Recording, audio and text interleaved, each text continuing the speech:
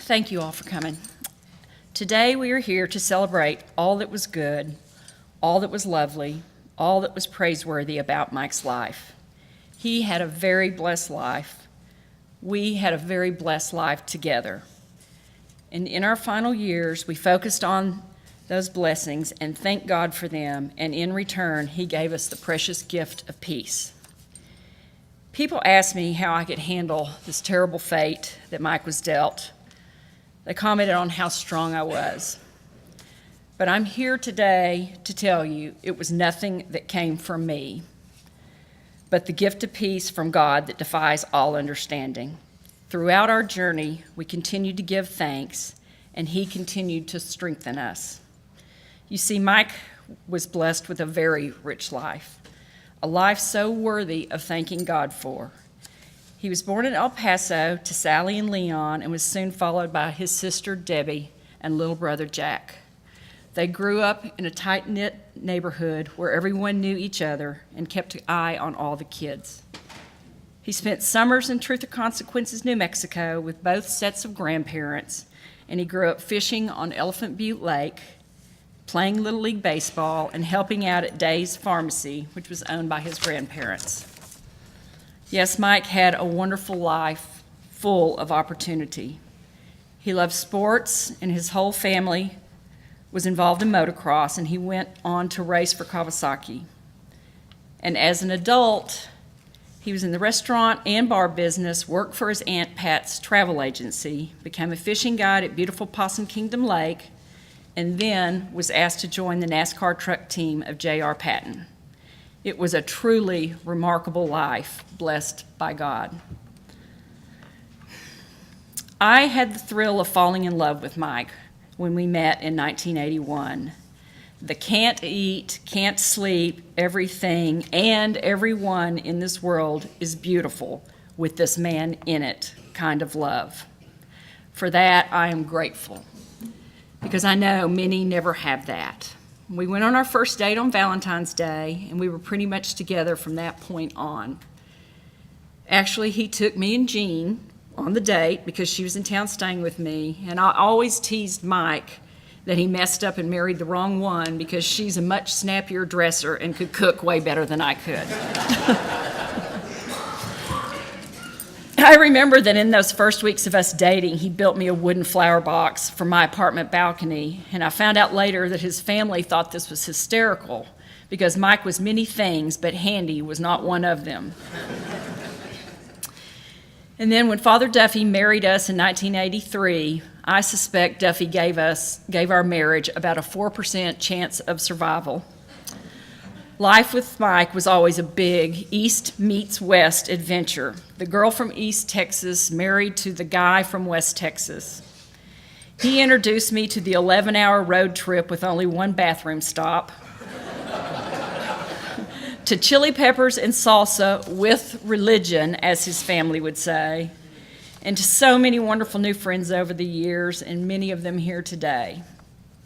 But like most marriages, things were not always easy, especially in the early years when Leslie and I started the business. I worked ridiculously late hours, night after night, putting the business before our marriage, and if I were Mike, I probably would have called it quits. But he hung in there. The Lord had plans for us.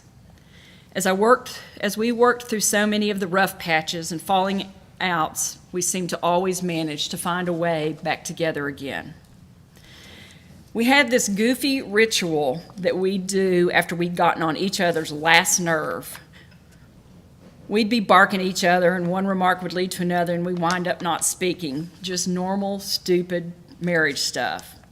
Somewhere along the way, one of us started holding up a peace sign with our fingers, and then the other would hold up the peace sign, and then we would touch our fingers together, and usually was followed by a kiss and an unspoken truce, and it would just be all over.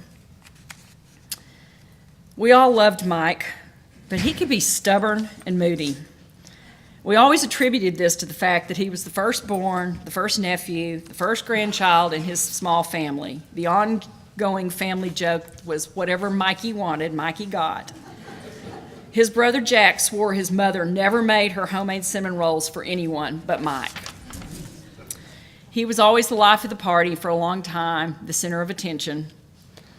And once his sister and cousins started having kids, he would tease everybody that they had their priorities all messed up and were making too big a fuss about the kids for the holidays.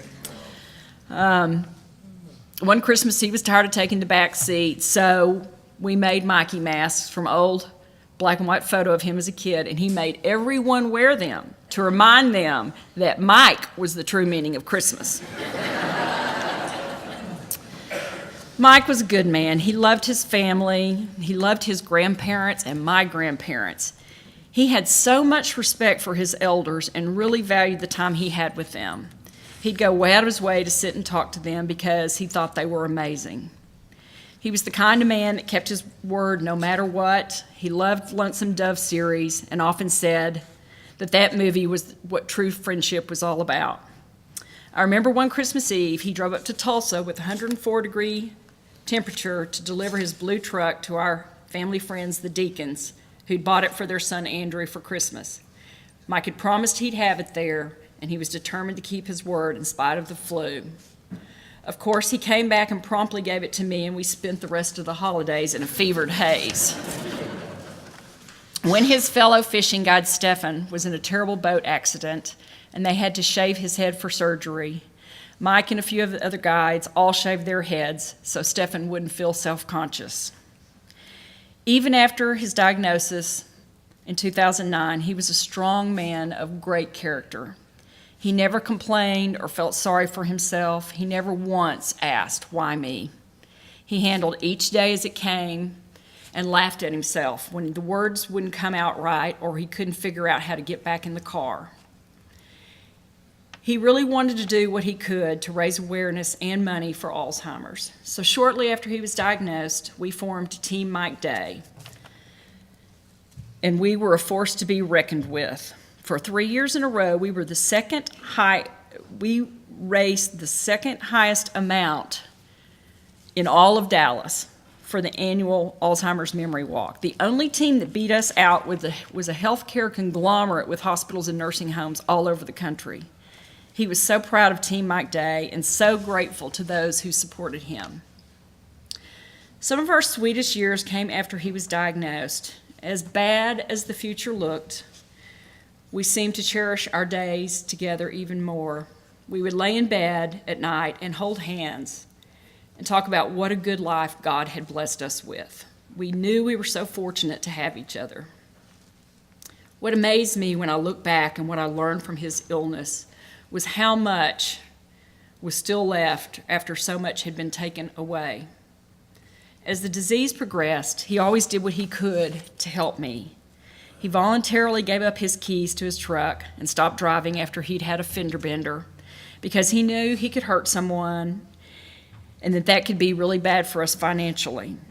He did this knowing his world would instantly become a much smaller place without the freedom to drive.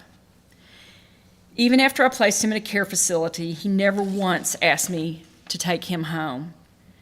Somehow he knew that this would be more than I could bear. He gracefully transitioned into that life as he continued to help me, and he spared me so much guilt. The one question that almost every single person asked me in Mike's final years was, "Does he know who you are?" And he did. He would light up when he'd see me and do a little jig when I came to pick him up from his day stay program at Friend's Place. And once I'd placed him in the nursing home, he'd still jump up and say, "Hey, there you are," and give me a big hug. Last year, when his speech had left him, he would nod or wink when I'd tell him that I was so lucky to have him and that God had blessed us with each other. And in the last few months of his life, we would simply hold hands, and I knew without a doubt that his mind might not know me, but his heart still did. So today, we give glory to God for all his blessings, and we choose to focus on all that was good, all that was admirable, and all that was praiseworthy about Mike's life, because there was so much. Mike, we celebrate your strength and your courage, and I am forever grateful that you loved me.